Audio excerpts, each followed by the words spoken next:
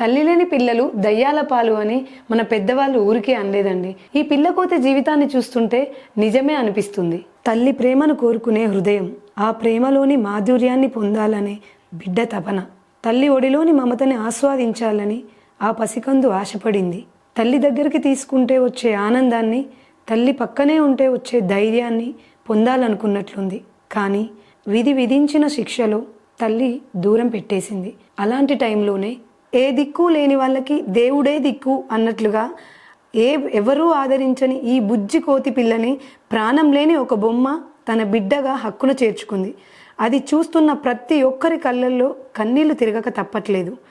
ఆ బొమ్మ తన తల్లి అనుకుంటుందో లేక తనకు జరిగిన అన్యాయం ఆ బొమ్మకి జరగకూడదు అని ఆ బొమ్మని తన బిడ్డగా భావించి తనే తల్లిగా మారిపోయిందో తెలియదు, కానీ ఆ బొమ్మని మాత్రం వదలట్లేదు. తన బాధని, కష్టాన్ని, భయాన్ని, ఆఖరికి ప్రేమని కూడా ఎవరితో పంచుకోవాలో తెలియని ఆ చిన్ని కోతి తనకిచ్చిన ఒక కోతి బొమ్మని పట్టుకొని హక్కున చేర్చుకోవడం చూస్తుంటే అందరికీ ఆశ్చర్యంగా ఉంది. అన్నీ నాకు నువ్వే అంటూ ఆ బొమ్మని తన గుండెకు హత్తుకొని గుండెల్లో ఉన్న తన భారాన్ని, భావోద్వేగాలన్నింటినీ తనతో పంచుకుంటుంది. మనుషులకైనా జంతువులకైనా తనకంటూ భావోద్వేగాలని పంచుకోవడానికి ఎవరో ఒకరు తోడుండాలి అనేది ఈ పిల్లకోతి మనందరికీ మరోసారి గుర్తు చేస్తుంది. తల్లి దూరం పెట్టింది, కారణం ఏదైనప్పటికీ తను ఒంటరి అయిపోయింది. చుట్టూ ఎంతోమంది ఉన్నా, తన జాతి వాళ్ళే అయినా తనకి తన గుండెకి హత్తుకునేంత ప్రేమని ఇచ్చేవాళ్ళు ఎవరూ దానికి కనిపించలేదు. తోటి కోతులు కూడా అలాగే ప్రవర్తిస్తూ పిల్ల కోతిని అంటే పంచ్ని దూరం పెట్టాయి. దూరం పెట్టడమే కాదు, ఇంకా ఒంటరి అయిన జీవితాన్ని చూపిస్తూ ఏడిపించడం మొదలుపెట్టాయి. మనుషులకే కాదండోయ్, జంతువుల్లో కూడా ఇలాంటి బుద్ధి ఉందని మనం ఇలాంటి వీడియోలు చూసినప్పుడు అనిపిస్తుంది. ఒంటరైన ఆ పిల్ల కోతిని మరింతగా ఏడ్పించసాగాయి.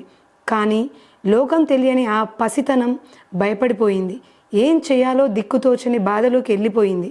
తల్లి కోసం తల్లడించింది, ఆదరించే వాళ్ళ కోసం ఎదురు చూసింది. తనకంటూ ఈ లోకంలో ఎవరున్నారు అంటూ ఆ భగవంతుణ్ణి ప్రశ్నించింది.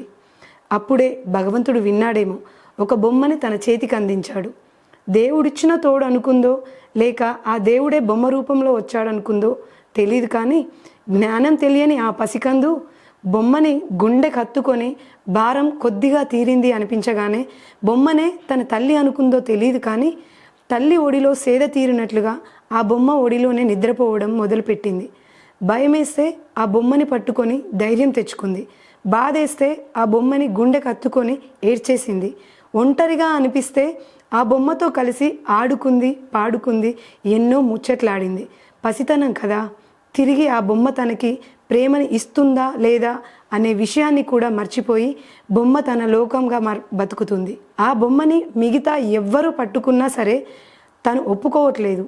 అంటే ఆ బుజ్జి మనసులో ఆ బొమ్మని ఎంతలా ప్రేమిస్తూ నమ్మకంతో తనలో కలుపుకుంది అనేది తలుచుకుంటేనే మనసు పొంగిపోతుంది.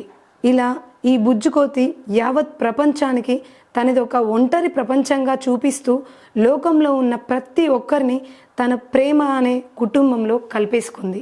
తల్లి ప్రేమనా లేక తల్లిపై బిడ్డకున్న హక్కుతో కూడిన ప్రేమనా లేక తన ప్రతి భావాన్ని పంచుకుంటున్న మరొక ప్రాణం లేని హృదయ స్నేహమా? ఏమో, ఈ ప్రేమకి ఏ బంధం, ఏ పేరు పెట్టాలో తెలీదు. కానీ తిరిగి ఆశించని తన ప్రేమ, నిజంగా తన తోడు ఉన్నారంటూ ధైర్యంగా మార్చుకున్న తన బొమ్మ తన ప్రపంచం అయిపోయింది.